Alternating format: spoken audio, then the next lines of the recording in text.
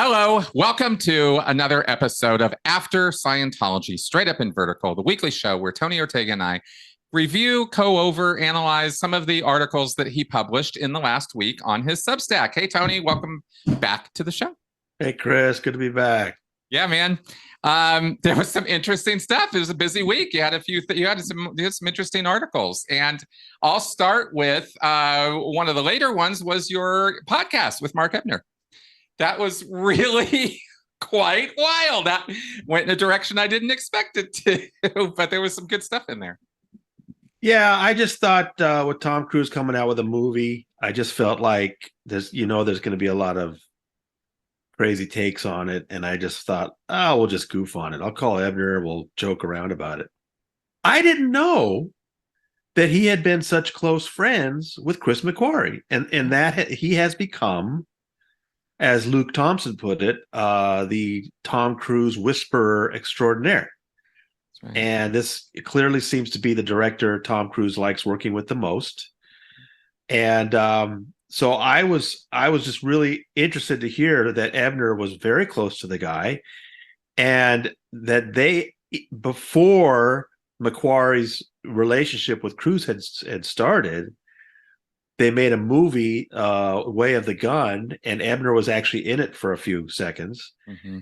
And in those few seconds, they made a sort of a prankish joke in Scientology's direction.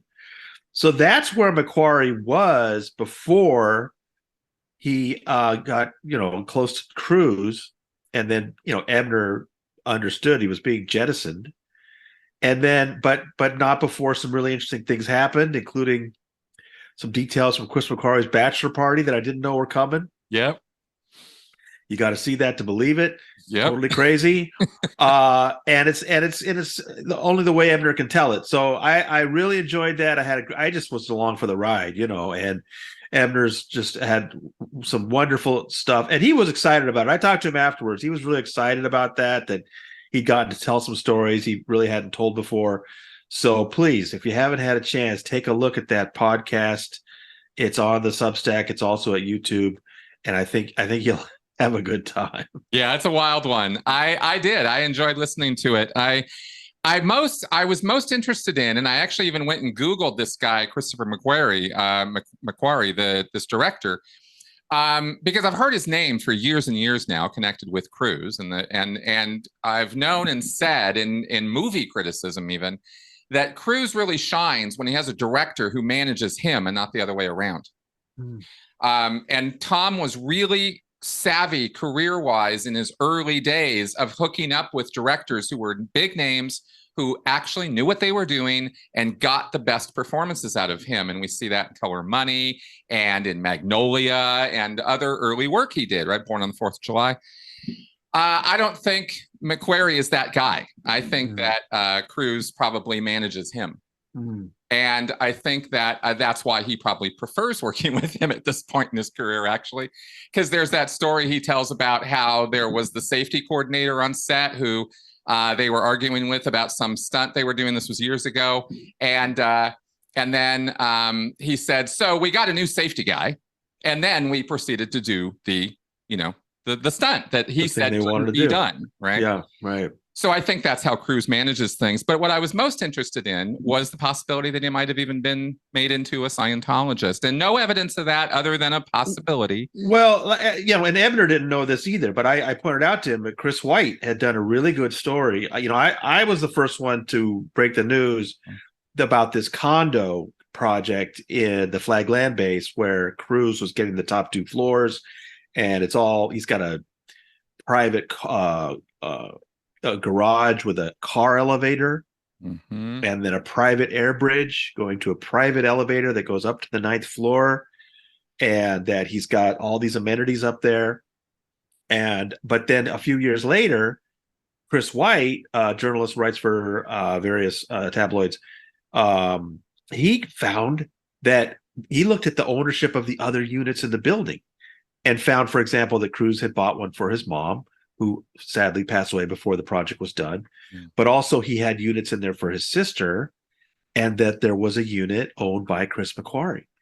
So this is a little bit interesting that Mm, in this building that's literally inside the the basic footprint of the Flag Land Base, the sandcastle's just a few steps to the north. The Fort Harrison is just a 5-minute walk to the south. I mean, what a kind of an odd thing for Chris McQuarrie to own a condo in that same building with Tom Cruise. And then yeah, they've been very close for a long time. But I mean, you tell me what you think. You think it's possible that absolutely. Cruise has turned him on to that stuff? Oh, absolutely. Yeah, if you are drawn into the inner circle of Tom Cruise, you are going to be in the world of Scientology. No question about it. And that his connections, his handlers, his people that he trusts most and works with most are going to be Scientologists. This is not only a Scientology thing, this is also, kind of a celebrity thing too. Their inner circle is trusted people. And so if this guy is going to be trusted to the degree that Cruise wants to, he's going to make him a Scientologist. I just think that's as natural as the sun rises. I mean, it's really kind of as a former Scientologist, that's such an obvious thing to say for me that I don't think it's controversial. What does that mean? He's become one. It's supposition. Obviously, we don't have proof, but the fact that he's got a condo right under Cruise's, I mean, in Clearwater, a 5-minute walk from the Fort Harrison, like that.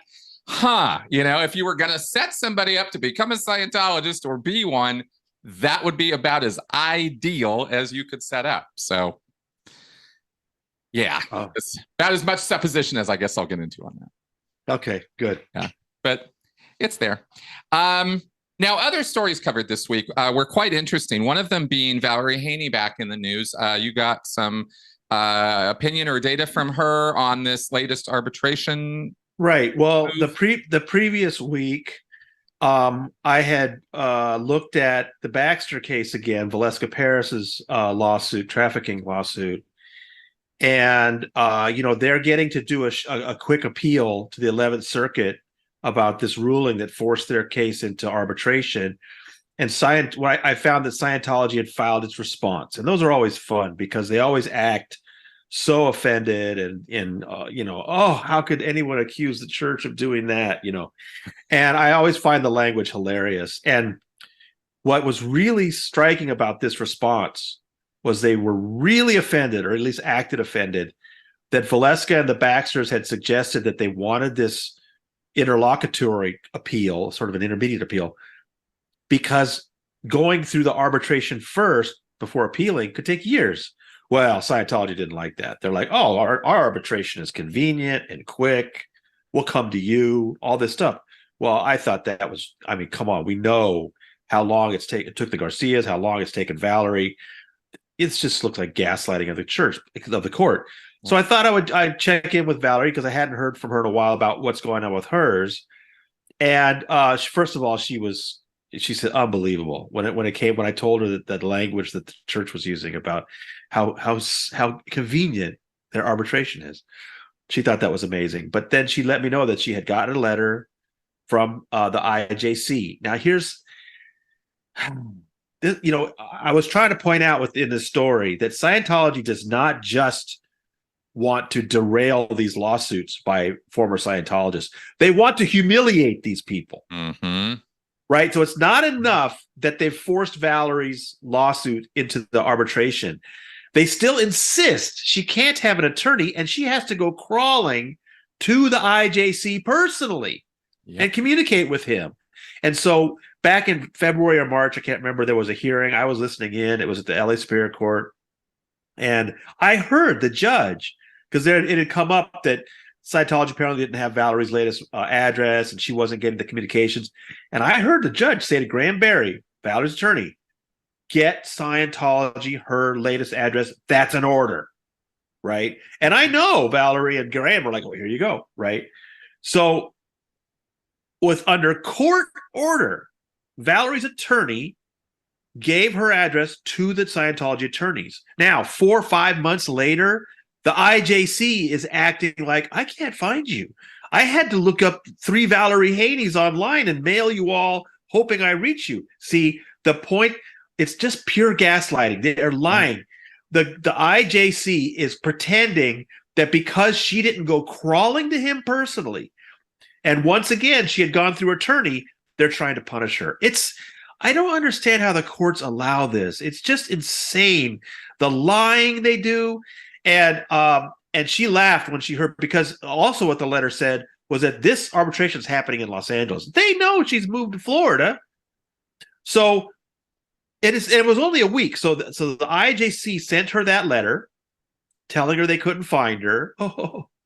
Telling her that the arbitration would have to happen in LA. And a week later, Dave's attorneys lied to the 11th Circuit and said, "Oh, this is fast and convenient, and we'll come to you." Of course. I can't. It just drives me crazy that the courts allow this, and that, sure, I'm a reporter in New York with a laptop. I'm one dude, but it wasn't that hard for me to figure this out. Why can't these courts, with all their clerks and all their personnel, look into this stuff and realize how they're being lied to by the Church of Scientology all the time?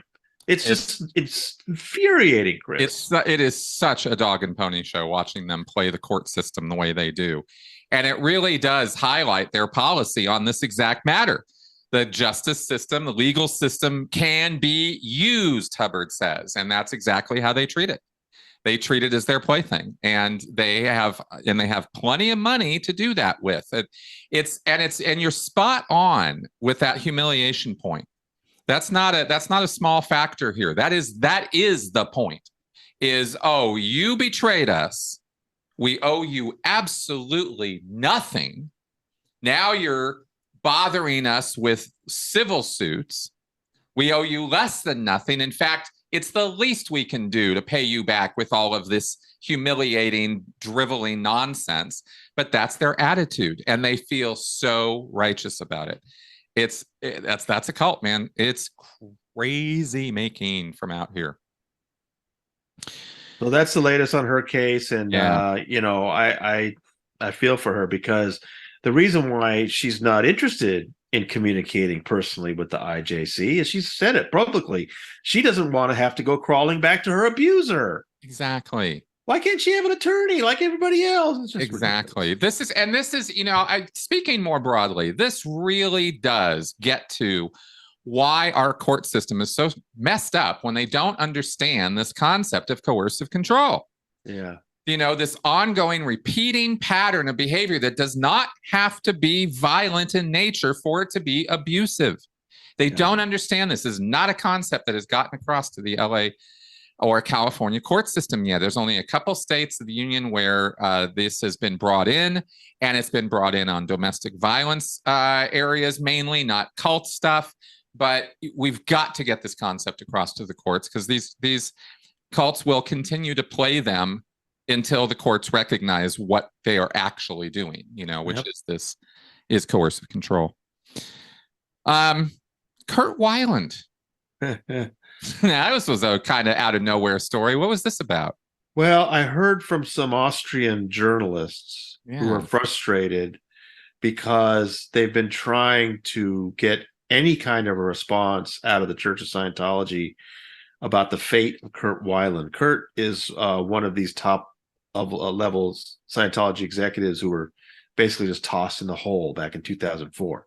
Yep. And he's an interesting guy because he's Austrian born. He was OSA external. So he was, I think he was reporting directly to Mike Rinder, and he was out there dealing with Scientology's interaction with the outside world. So in particular, in those days in the 90s, he was dealing with the Germany problem. And of course, it helped that he spoke German. So, I mean, I reviewed some video where back in late 90s, 98, 97, he and John Travolta and Isaac Hayes and Chick Corea had testified to the Senate about the way Germany was harming the civil rights of Scientologists. Right? I remember that. So that was the level of stuff he was handling. And then in 2004, he vanished because, like the others, he was thrown in the hole. And we know that because Mike Rinder was in the hole in 2006 and 2007. And he told me, yeah, Weiland's in there. along with all these others, Mark Yeager and Ray Midoff and Norman Starkey and Heber Jench and Guillaume Lesev. They've just never been seen from again. And again, the U.S. government doesn't seem to care, but some people in Austria want some answers about Weiland, and they've reached out to the Austrian embassy in Los Angeles. They've reached out to Interpol, and let me know about it. And we're just thought maybe if I put something out, it might help find some information. So I said I would. And so I just used it as a way to, I wanted to review Weiland's career. And I found there was this wonderful moment. Do you remember there's this infamous series of videos that Mike Rittner and Marty Rathbun made fishing in the canal behind Marty Rathbun's house? Of course, the one everyone remembers is when they talked about Battlefield Earth, which is hilarious. But in one of those videos, Mike talked about one of the things he saw when he was in the hole was the torture of Kurt Weiland. And they had put him in this one part of the hole, those offices where there was this just really strong air conditioning, poured some water on him and just made him sit under the air conditioning. Yep. And within, I just kept putting a little water on him, putting a little water on him, putting a little water until his lips were blue, his teeth were chattering. I mean, it was just torture. That's right. So that's interesting. Mike was talking about that. So sure, these Austrian journalists, they definitely have a reason to want to try to find this guy. And to me, that was part of the interesting thing, was that nobody's asking about Guillaume Lesev or Mark Yeager or Mark Ingber, those guys. Right. But some journalists in Austria want to know what happened to Kurt Weiland. So I thought that was interesting. Absolutely, it was. And the reminder of the, sort of air conditioner Chinese water torture technique there was absolutely horrifying. It reminds us, of just how bad it was for those people there, because we've only heard a couple things. They were in there for years. Well, we know he Miscavige started it right at the beginning of 2004 in January, February, somewhere around there, with maybe 15, 20 people. But then within a few years, it had gotten up to 60, 70, I think maybe as many as 100 people in there. Yeah. And then from 2004 to 2009, those 5 years, it was grim. They were fed slop. They were only let out to go across the street to go to get a shower at the city castle. Or somewhere around there. And that, it was a prison, no question. Now, after the Tampa Bay Times revealed that situation with their Truth Rundown series in 2009, then Dave had to make some changes and things got a little less horrific for those people. But, people that have come out even more recently have said there's still a group. They're still segregated. You still know they're in the hole. They're still degraded beings, but they're not in quite such a torture chamber anymore. No, apparently not. But still, it's kind of like when we talk about how the RPF was canceled. Okay, great. The RPF was canceled. Hard physical labor is still used. False purpose rundown is still used. Truth rundown is still used. The constant gaslighting is still used. The physical abuse is still used. So you kind of go, well, I'm glad that organized activity of physical and mental abuse is now no longer part of this, but you still are doing all the same stuff. So how can I possibly believe that it's actually getting better for people there? Well, Paul Burkhart told me something interesting about that, because he watched that happening, the RPF being rolled back in one continent and then another continent. And he said the reason why he thought it was happening was not because Miscavige didn't like punishing people, but that was a program invented under Hubbard, and it had these elaborate rules about how you get out of the RPF and all that kind of thing. Mm-hmm. Miscavige just wanted to punish people. He didn't want to have to punish them according to Hubbard's elaborate system. And that's Paul Burkhart was there. He saw it being rolled back, and that was his thought, that Miscavige just didn't like the setup of the RPF, not that he didn't like punishing people. I think that's 100% right, because the RPF was taking people years to get through. It took me 3 years, 3 months, and I was not slow. And I knew people on that program who were there for a decade. Yeah, Chuck Beatty. Everybody thought that was insane, but there it was. Yeah. And I'm positive that Miscavige was like, these people are off on vacation. These fucking people are off on vacation.